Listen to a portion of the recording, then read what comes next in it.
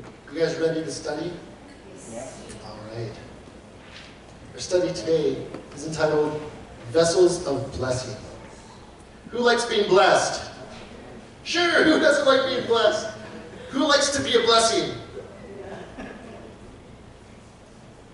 Who likes to be a blessing when it's demanded of you?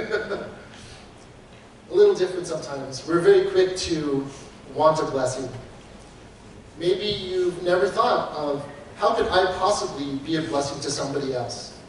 When I'm in need, or I'm in lack, or I'm in want, if I'm in deficit, if I'm not in a good place, how am I possibly going to be used as a blessing for somebody else? Blessings come in all shapes and forms, and in many unexpected ways. Have you ever been blessed by God in a very unexpected way? Yeah? Absolutely. You know, I have some acquaintances that I had gone to school with, lived with some of them, and I didn't like them. We did not like each other. We did not get along back in school. And then fast forward to this day, and those people that I lived with are probably the guys in my life that have blessed me the most outside of my family. I have never been so blessed, Chris. Aaron, right? And in extension, even Alvin, man, like he's my brother. Gil has blessed me. We worked together a while ago, and yeah. And who knew that we'd be here together, still journeying together? And just knowing that you have brothers that are praying for you, what a wonderful thing. You know, what a blessing it is to do life with people. You don't have to do everything together, but God could use you in somebody else's life in a very unexpected way. Even when you feel that you don't have much to offer, we could be vessels of blessing. Because the real blessings don't come from us. The true blessings come from God. Today, our study is taken from two books in the Bible. Really, one book that's been separated. 1st and 2nd Samuel. All right? 1st and 2nd Samuel. Does anybody know who Samuel is? Yeah? You've heard his story? Samuel, Samuel. And we hear about the little boy, right? The promised son to Hannah that was returned for service in the tabernacle. All right? Samuel. But where we meet Samuel in this part of the Bible, he's an older man already. All right? Who was Samuel? We're also going to be looking at King Saul, Jonathan, and David. Samuel, he was a prophet. He served in priestly capacities, and he was a judge. All right? He was recognized as the first of the great prophets. He brought the word of God back to a nation that had experienced a scarcity of it. He was raised in the temple at Shiloh after his miraculous birth to Hannah, his barren mother who prayed for children. He was the last judge. There was a time of judges before the kings. All right, he was the last judge who governed Israel and led them to victory against the Philistines. They're horrible neighbors that always wanted to fight with them. Unlike earlier military-focused judges, he traveled circuits to settle disputes. So we see him, Samuel, if you look on the map, he traveled round and around in the same small circuit, addressing different issues in those nations, right around where the temple was. He didn't get very far at all.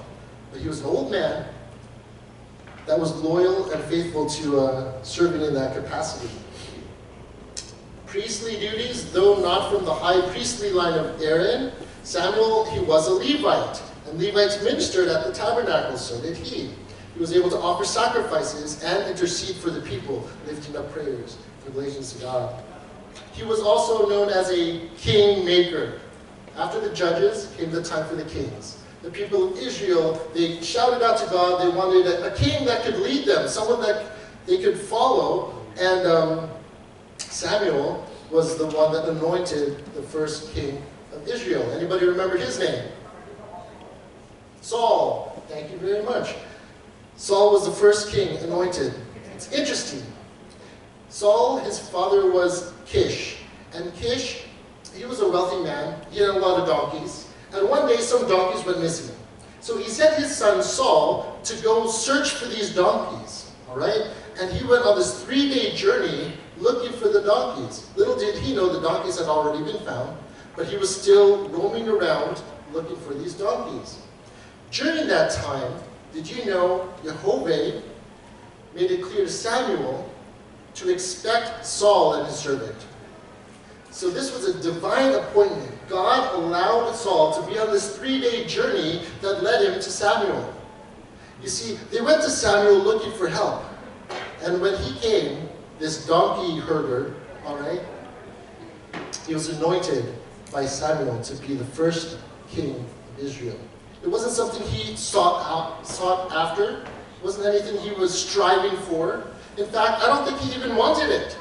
All right, that's a big responsibility to be the first king leading God's people. Are you kidding me? And he can't even keep track of his donkeys. It's interesting though, because why donkeys? Well, donkeys are an animal that show great humility. All right, it's associated with humility. All right, and this is what's needed for God to use people for his kingdom purposes. Saul started off this very humble person, right, taking care of the donkeys. He gets older, he has a son. His eldest son is Jonathan. What do we know about Jonathan? He's a very loyal son. He was loyal to his father, loyal to Jehovah. All right, he was loyal to anybody that was walking in the right way, upholding God's purposes. Have any of you had a loyal friend in your life? If you have a loyal friend, put your hand in the air.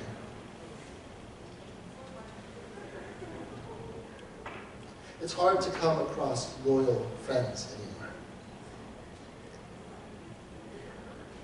What makes them loyal? They'll stand by your side. They'll correct you when you're wrong. They won't enable your bad behavior. They don't want to see you fall. A loyal friend is there to lift you up and stand by what's right. Loyal doesn't mean, oh, well, you know what, if you don't like that guy, I don't like that guy. If you don't like that place, I won't eat there anymore. That's not loyalty. That's being a blind follower. A loyal friend has truly got your back, truly got your best interests at heart. We see Saul, who started off as a very humble donkey person, rise up as king, and Jehovah gave him so much victory over all the different enemies that came attacking God's people. And one day, his pride just grew and grew, and he felt like he was the one that was defeating all the enemy nations, the Philistines, the Amalekites, everyone that was coming after them. All right? So he grew with a sense of pride, and he forgot that the crown that he wore wasn't truly his crown, it was God's crown for the anointed king of Israel, God's people. But he's like, nope, I'm the king, and my son Jonathan, he's the heir to the throne, and this is our house. Does anybody remember what tribe Saul was a part of? The tribe of Benjamin. Okay.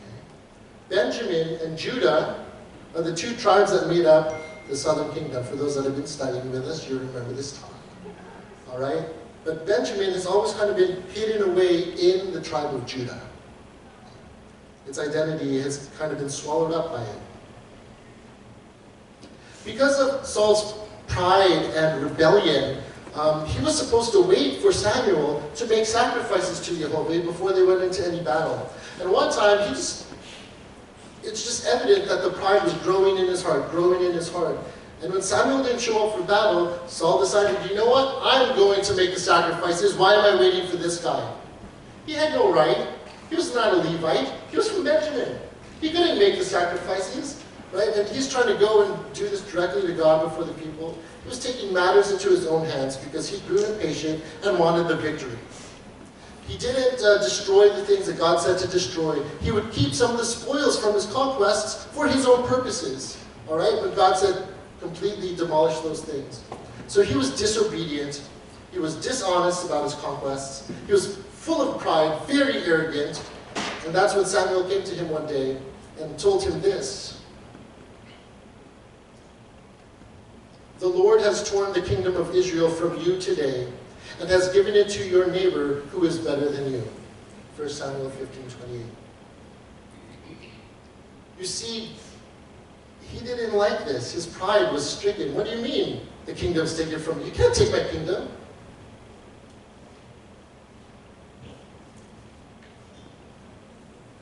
Later on, Samuel, he goes to the house of Jesse. He was instructed by Jehovah to go to the house of Jesse, and he would find the next king of Israel there. And he is to anoint the next king of Israel there to replace the first one, King Saul.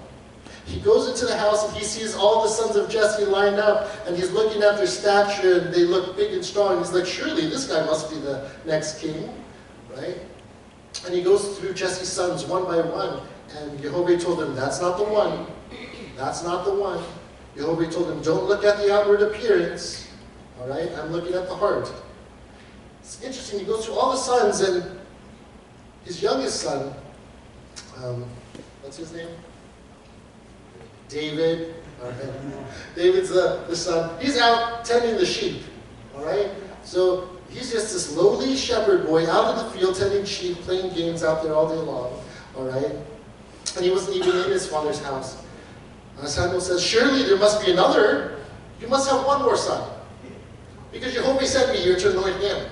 All right? So they call David in, and surely enough, Samuel lifts up the ram's horn filled with oil, and he does a blessing before Jehovah and presents David before him, the next king of Israel. And before his whole family, they all saw it.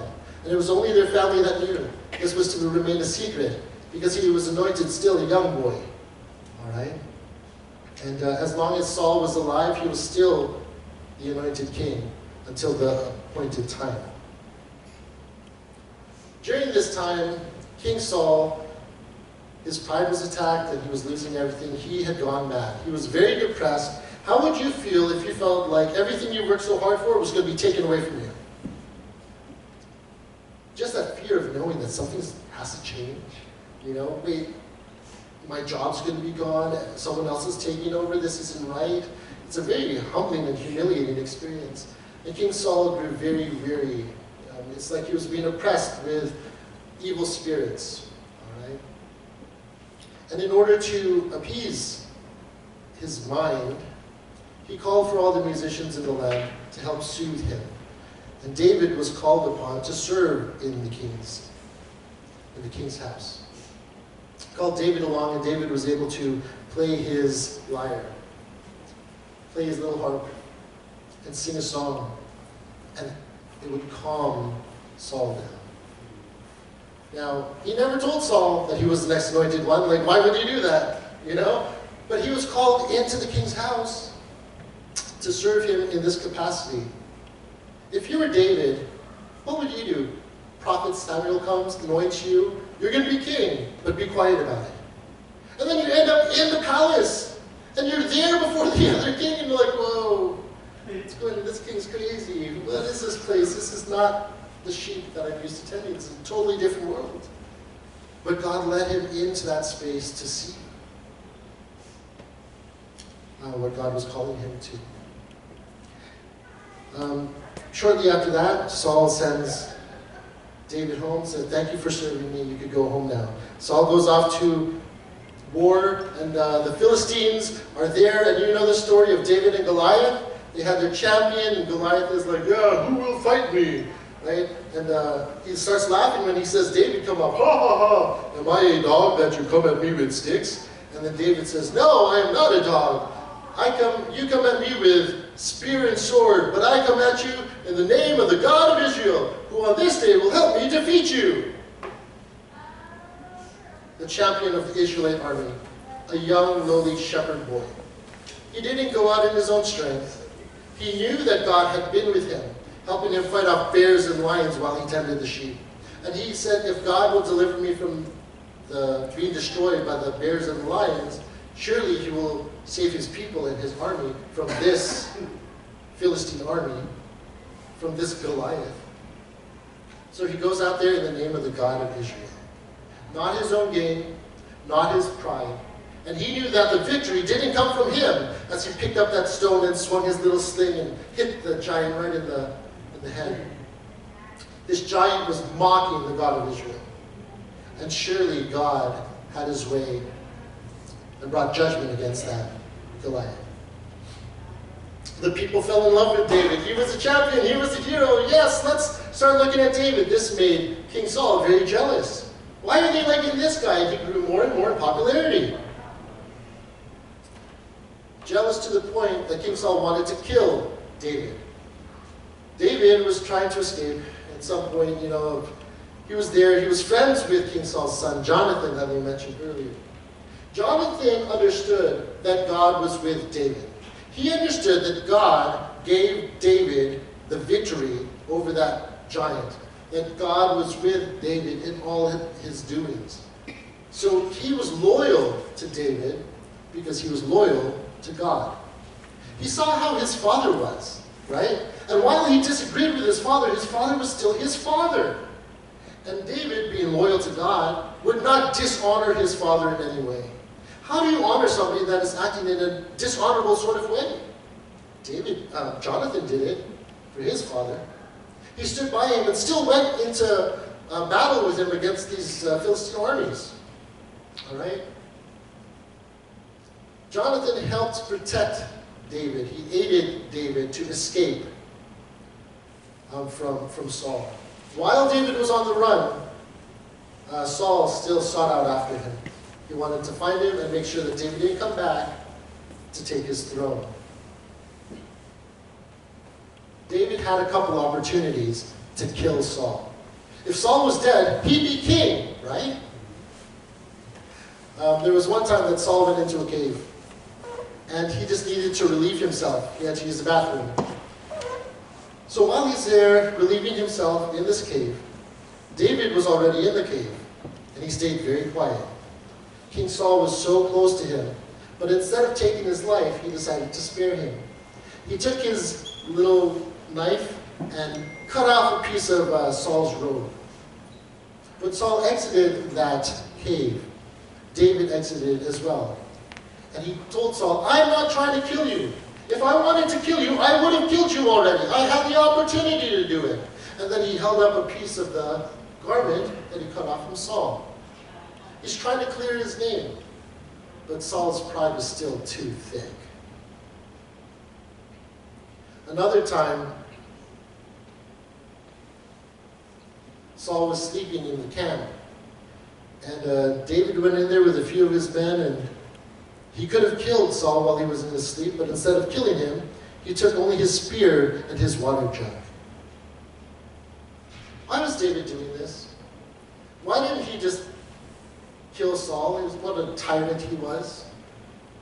He could have stepped up and been the king that he was supposed to be.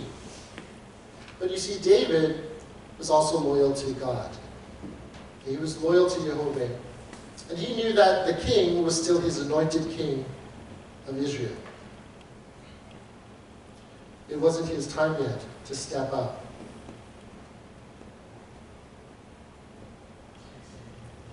Chesed. Chesed is a Hebrew word that means steadfast love. It means covenant loyalty. It means loving kindness. We read about this in 1 Samuel chapter 20. And this is a sort of covenant bond between David and Saul's son, Jonathan. They were like brothers. They were closer than friends.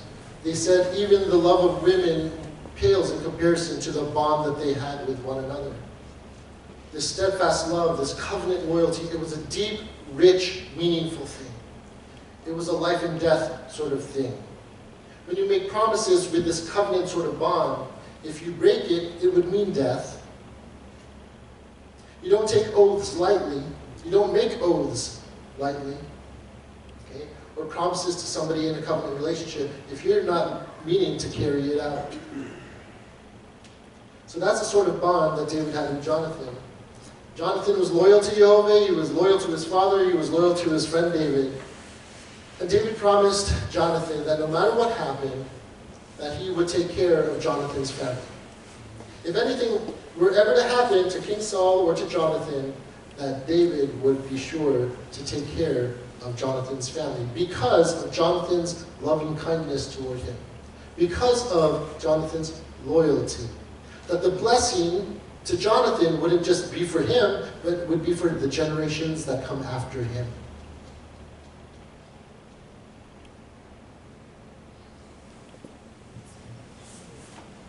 All right, so that was the introduction.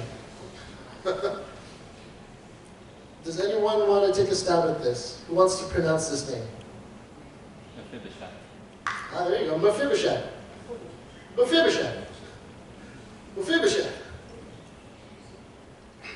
Who's Mephibosheth? The son of Jonathan? The name Mephibosheth, let's look at the meaning of his name. It means dispeller of shame. Likely comes from these two Hebrew words, pa'ah, which means cut them to pieces, and boshet, shame. Mephibosheth. So we say Mephibosheth. It's Mephibosheth. Okay? The dispeller of shame. We're first introduced to him in 2 Samuel chapter 4, verse 4. It says, Now Jonathan, the son of Saul, had a son, and he was lame in both legs. He had been 5 years old when the news came about. Saul and Jonathan came to Jezreel. His nurse had gathered him up and fled. But as she was hurrying to get away, he fell and became lame. His name was Mephibosheth. Mephibosheth. So Saul and Jonathan had died in battle. And all the household of Saul were fleeing for their life. Because who's next in line to be king? It would probably be one of these guys. Let's get them. And the nurse meant well, but she dropped the boy, and he was maimed, and was not able to walk again. We see him again in chapter 9. David inquired, Is there anyone still living from the family of Saul, to whom, for Jonathan's sake, I can show kindness? In Saul's household there had been a servant named Ziba, and they summoned him to David. The king asked him, Are you Ziba? And he answered, At your service. The king said, Is there anyone still alive from the family of Saul, to whom I can show God's grace? Ziba said to the king, There is still Jonathan's son, with lame legs. The king said to him, Where is he? And Ziba answered, He's there in the house of Machir, the son of Amiel, in Lodebar. King David sent and took him from the house of Machir, the son of Amiel, in Lodebar. Mephibosheth, the son of Jonathan, the son of Saul, came to David, fell on his face, and prostrated himself. David said, Mephibosheth. And he answered, Here is your servant. David said to him, Don't be afraid, for I am determined to be kind to you, for the sake of Jonathan your father. I will restore you all the land of Saul, your grandfather, your father, and you will always eat at my table. He prostrated himself and said, What is your servant that makes you pay such attention to a dead dog like me? The king called to Ziba, Saul's servant, and said to him, I have given everything Saul and his family owned to your master's grandson. Here's lame Mephibosheth and Ziba, the servant, behind him as they come to meet David, King David.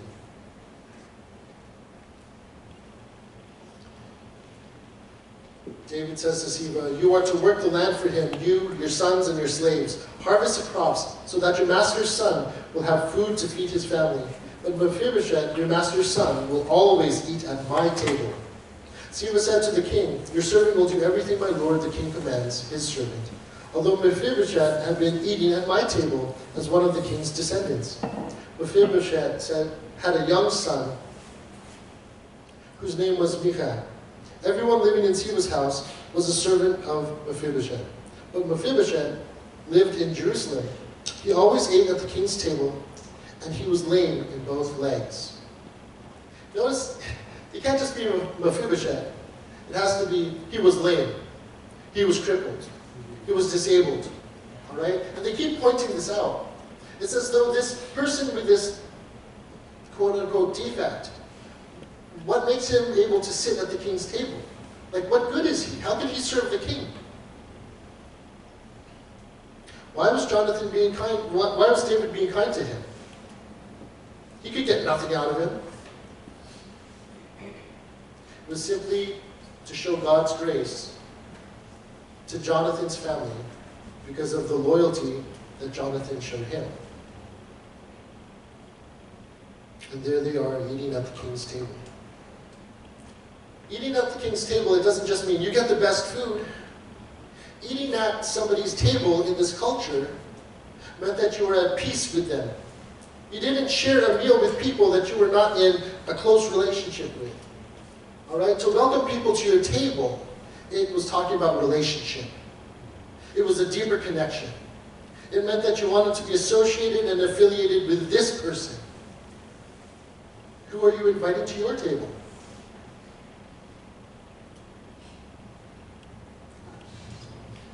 Does anybody know who Absalom was? One of David's sons. Absalom wanted to take the crown. He wanted to be king. He was maneuvering every way possible to undermine King David. Right? Whenever David's out of town, he's pretended like he's a man, like he's got it all. Right? Whenever you go to a different land, you try and show people, I'm the big guy. I'm the next king. Right? And he was trying to claim the crown for himself. Interesting though, does anyone remember how Absalom died? Yeah. He knows. All right. Yeah, so he's riding along on his horse, and he's big and he's got beautiful long hair, right? Like Justin's hair. And and there was one time that his hair ends up getting tangled in the branches, and he's hung up that way. So he wants a throne for his head, but then God says, nope, lifting your head off it. And that ends Absalom. But Absalom, while he's on this hunt, it caused his father King David to flee. And King David, he needed to go out and keep himself from being killed by his own son, or his son's people. In 2 Samuel chapter 15, we see him going along. And that's what happens there as he's fleeing Absalom. Do you remember Ziba, Saul's servant, that was there for Mephibosheth? We read in chapter 16, verse 1 to 4, when David had gone a little past the summit, there was Ziba, the servant of Mephibosheth, who met him with a pair of donkeys, saddled on them 200 loaves of bread, 100 bunches of raisins, 100 pieces of summer fruit, and a skin of wine. Wow. The king said to Ziba, What do you mean by these? Ziba replied, the donkeys are for the king's household to ride on. The bread and summer fruit are for the young men to eat. And the wine is for those who collapse in the desert to drink. The king asked, where is your master's son? Ziba answered the king, he's staying in Jerusalem. Because he said, today the house of Israel will restore my father's kingship to me. The king said to Ziba, everything that belongs to Mephibosheth is now yours. Ziba answered, I bow down before you. May I find favor in your sight, my lord, my king. Oh, Ziba. We read a little bit later in chapter 19. Mephibosheth, this is when David finally comes back home. Absalom has been dealt with. He's not a problem anymore. David could come home in peace. And he's ruling again in the kingdom. Mephibosheth, the son of Saul, came down to meet the king. He hadn't cared for his legs, trimmed his beard, or washed his clothes from the day the king had left until the day he came home in peace. When he came to Jerusalem to meet the king said to him, why didn't you go with me, Mephibosheth? He answered, my lord king, my servant deceived me. I, your servant, had said, I will saddle a donkey myself to ride on and go with the king, since your servant is lame. But he slandered me, your servant, to my lord the king. However, my lord the king is like an angel of God, so do whatever seems right to you. For all my father's household deserved death at the hand of my lord the king. Nevertheless, you placed your servant with those who eat at your own table. I deserve nothing more, so why should I come crying any more to the king? The king said to him, why speak any more about these matters of yours? I say, you and Siba, divide the land. Mephibosheth said to the king, indeed, let him take all of it. For me, it's enough that my lord the king has come home in peace. You're Mephibosheth. You're the grandson of the first king of Israel. A very proud king. He decked it out. He wanted everybody to know that his household was the household, the house of Saul. He forgot that he was the king of God's people, Israel. David understood who he was serving. He understood what he was to do when he wore that crown, being king of God's people. He didn't call everything for himself, like, I'm the one that did this, I'm the mighty one, I defeated Goliath, I'm now king, this is my house. He never made it about that. He didn't care about the appearances. He knew that he made a promise to his friend Jonathan, and the one child that was left behind was Mephibosheth, that he took in to his house and let him eat at his table.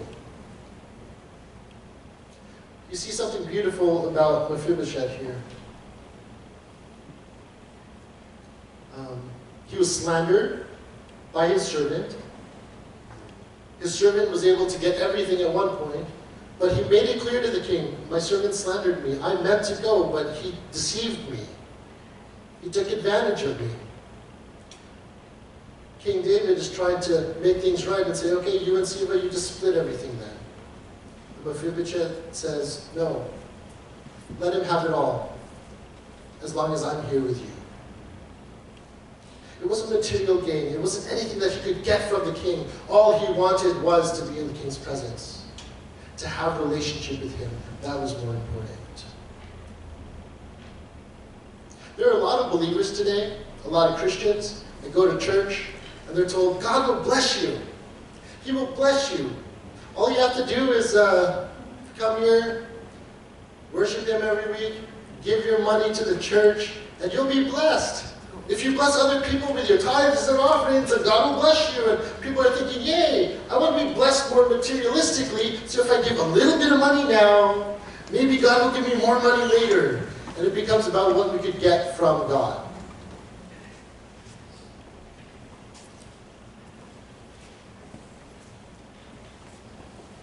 There's King David with the lame Mephibosheth. Nothing to offer.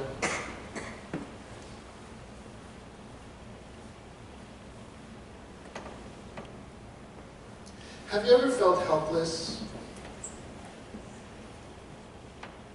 Have you ever felt not good enough before God?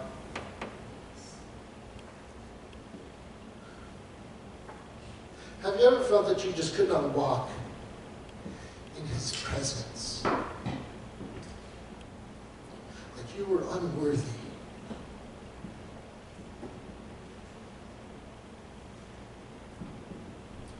And no matter how unworthy you feel or believe that you are, there is a God that loves you right where you are.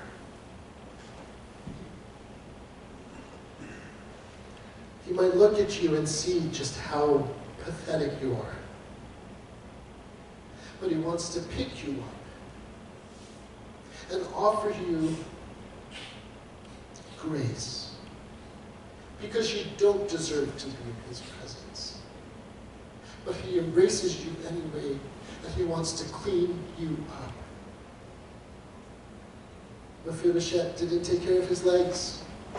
He didn't take care of his appearance. Sometimes we sit in our ugliness, we sit unprepared to come before God.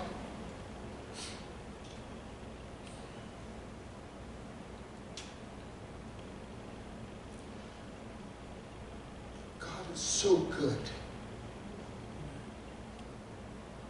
And his grace is so so amazing.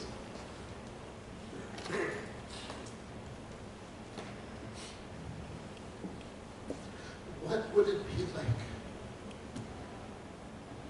to sit at the table with our God?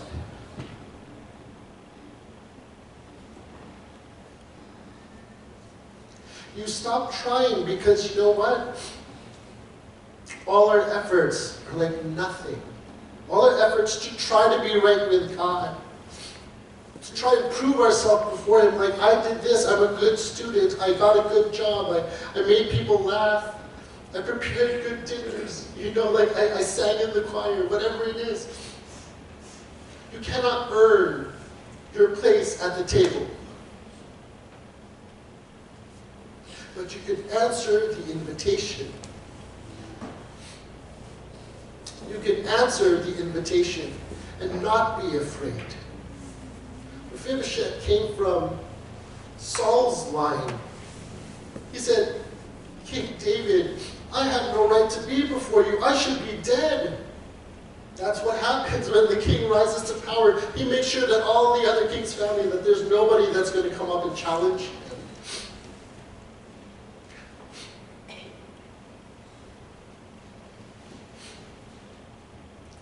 Guys, we should be dead too,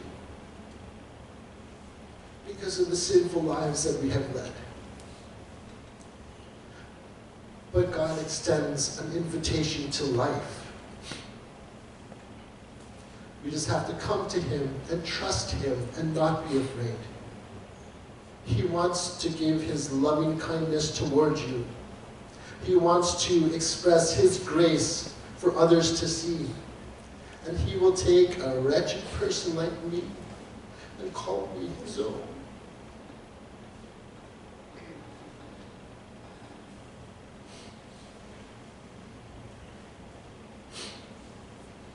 There came a time later, 2 Samuel chapter 21, this is 1 to 9. He said, "So what do you say I should do for you?" They answered the king, "The man who ruined us, who schemed against us, so that we would cease to exist anywhere in Israel's territory, have 7 of his male descendants handed over to us, and we will put them to death by hanging before Jehovah in Gibeah of Saul, whom Jehovah chose." Saul made some people really angry, right? He murdered some people. He was guilty with blood on his hands, and reparations needed to be made. These people who were demanding the reparations came before King David, and that's the situation here. Give us Saul's descendants. They're calling for. The king said, "I will hand them over." But the king spared Mephibosheth, the son of Jonathan, the son of Saul, because of the oath before Jehovah between David and Jonathan, the son of Saul. Because of an oath, a promise. Then the king took 2 sons of Rizpah, Armoni and Mephibosheth. This is a different Mephibosheth.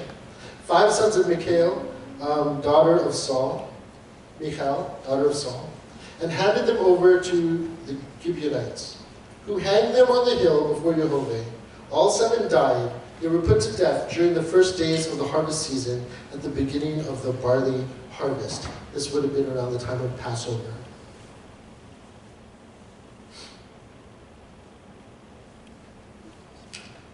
Imagine Mephibosheth, invited to the king's table, living there for a while. The guy lies about you, and then you're still restored, and the king still says, "You will always have a place at my table."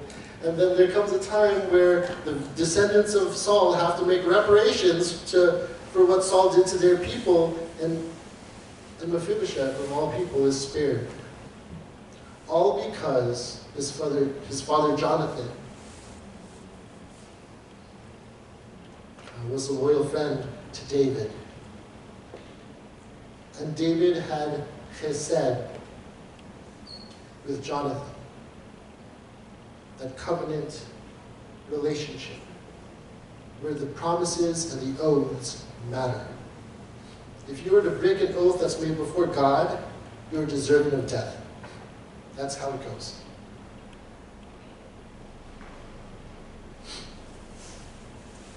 I love this picture.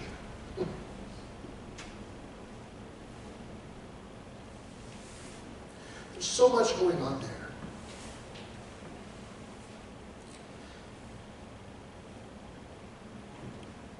We come before God with all of our inadequacies, inabilities. Everything is just not quite enough. We don't have anything that we could offer Him, yet we can sit with Him at His table and partake in that relationship with Him. The King's table. What's so significant about this? We see divine grace and acceptance. Like Mephibosheth, who was lame and from a rival house, believers are invited to the table, not because of merit, but by grace, having their defects covered and being welcomed as sons and heirs. It talks about provision and abundance. The table represents God's abundance in the presence of enemies. You prepare a table before me in the presence of mine enemies. Points out fellowship and communion. It signifies a close, personal relationship with God.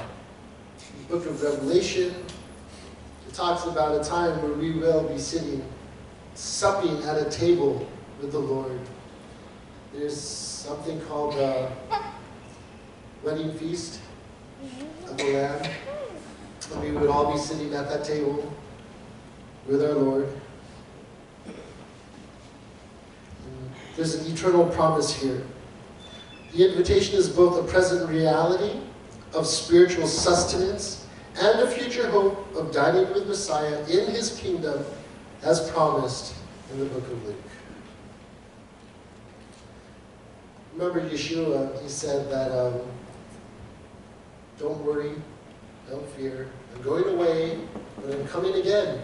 I'm going to prepare a place for you, and I'm going to come back and get you. And that's part of His covenant language. It's part of His covenant promise. He's going to come and get us so that we can be with Him. Don't be afraid. Don't worry. There's authority and position when you're seated at that table. Seating at the table can also signify being elevated to a place of honor and authority within the kingdom. This reminds me of that supper that Yeshua had with His followers. And they were all kind of arguing, oh, who's going to be the greatest in the kingdom? Who's going to get to sit beside you? You know, and it was about position and authority at the table. But just being invited to the table is more than enough. It means that you have been accepted. It means that you are now His. It means that you are in a relationship with Him and you've answered the call, and all you have to do is show up. Do not be afraid. Trust Him for everything that He's blessed you with. And you're thinking, well, we're still here in this world. I'm not sitting at the table yet. But friends, you have been invited. Some people say, oh, you know, when people get married, get engaged, they're engaged to be married, right? But they're not married yet. And we think, oh, you could cut it off before you actually get married. Don't worry, you're just engaged, you're not married yet. But in the Hebrew mindset, when you're promised to somebody, it's not engagement the way we think of it. They're already considered as married. But there's still some work that needs to be done. When the male and female are joined together, they're partnered together, there's a promise that he's going to go prepare a place at his father's house. And then once his father says, it's time to go back and collect your bride, then the father will tell his son, go back, collect your bride, and then you can come together and dwell together here. That's the Hebrew concept. The promise, it's standing. Because these promises, these are covenant promises. Okay? And God cannot go against His own word. A king never goes against his own word. You know when a king makes a decree, he could not just change it because it didn't go in his favor.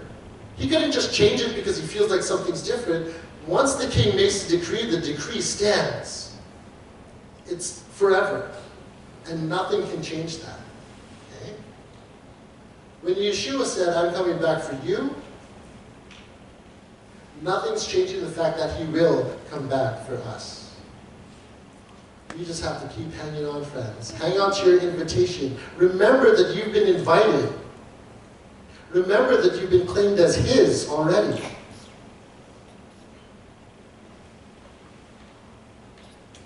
I'm looking forward to that future time. Were you able to learn anything from the story about David and Mephibosheth today? Did anything strike you? If it didn't hit you now, I hope you go home, pray about it, ask God, what is it Tim was ranting about? What is it Tim was talking about? Ask Jehovah to show you what it is he wanted you to learn from this story of David and Mephibosheth. The message I got, man, it was heartwarming.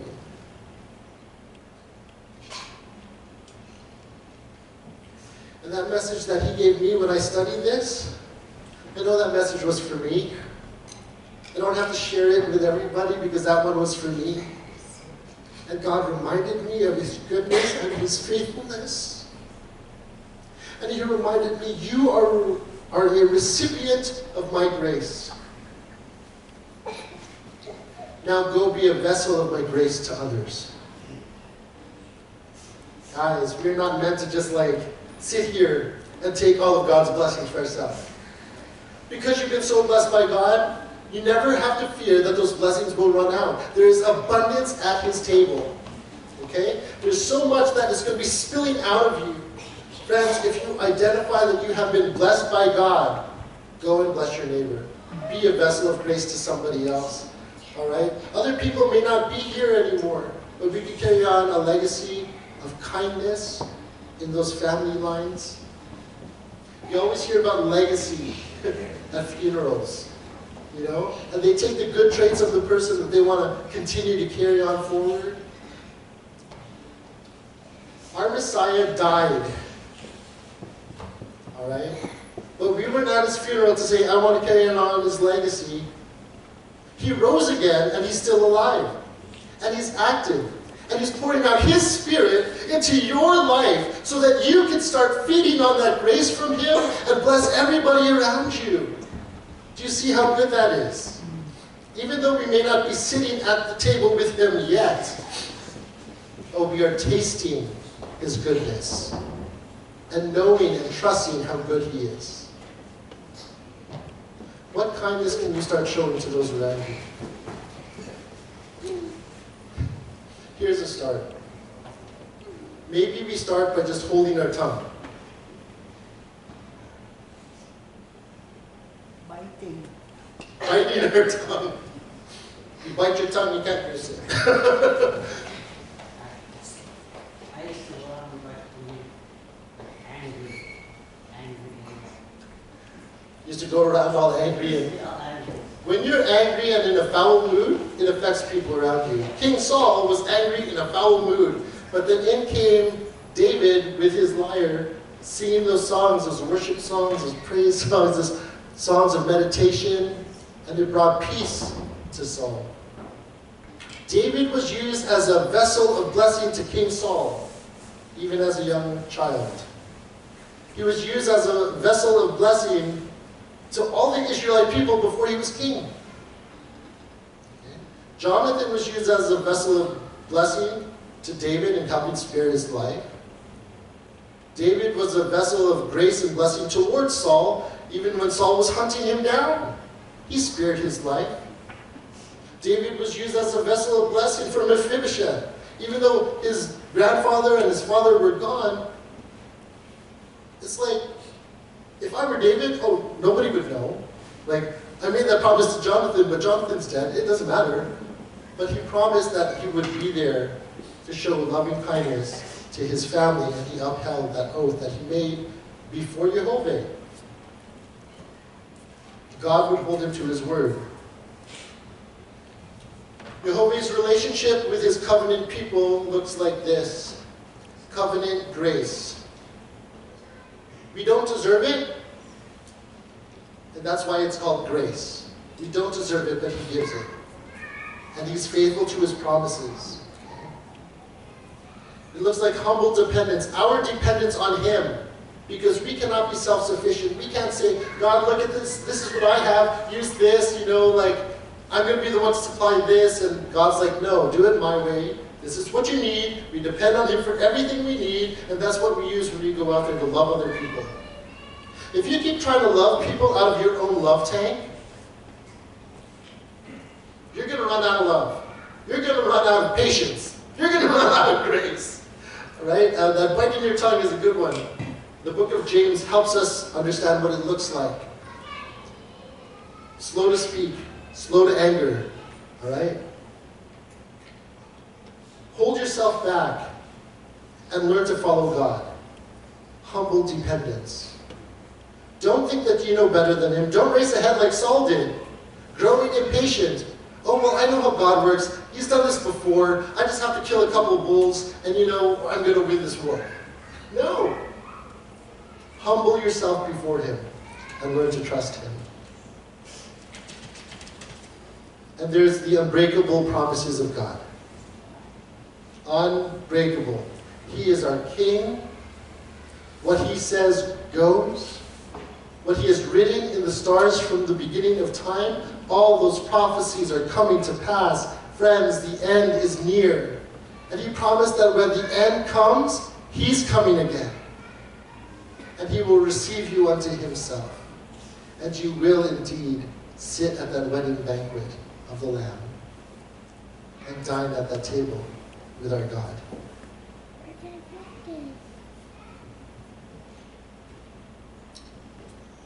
Are you a recipient of God's grace? Yeah? Like, you say it, and you're like, oh yeah, I know God's gracious, so I'm a recipient of His grace. God could be pouring out that grace, guys, but if you don't receive it, you're not really a recipient. Okay? To receive it means acknowledging you understand you don't deserve this. And He is freely pouring it out over you. To receive it means that you are coming into a covenant relationship with Him. And that's why you can learn to trust. That's why you can learn how to love. That's why you can learn to let your hands go and start blessing other people around you. Because you know that His goodness will never run out. Receive it, and then be a vessel of grace. I'd like to close with these last 4 verses. 2 Timothy 2:13. If we are faithless, He remains faithful, for He cannot deny Himself. Lamentations 3:22-23. Because of the Lord's great love, we are not consumed, for His compassions never fail. They are new every morning. Great is your faithfulness. Deuteronomy 7, verse 9. Know therefore that the Lord your God, He is God, the faithful God, who keeps His covenant and His faithfulness to 1,000 generations for those who love Him and keep His commandments. And Hebrews 10:23. Let us hold fast the confession of our hope without wavering, for He who promised is faithful. Do you understand what it means that God is faithful? He will do what He says He's going to do. He keeps His promises. He is loyal. He is trustworthy. He is honorable. There is no one like our God.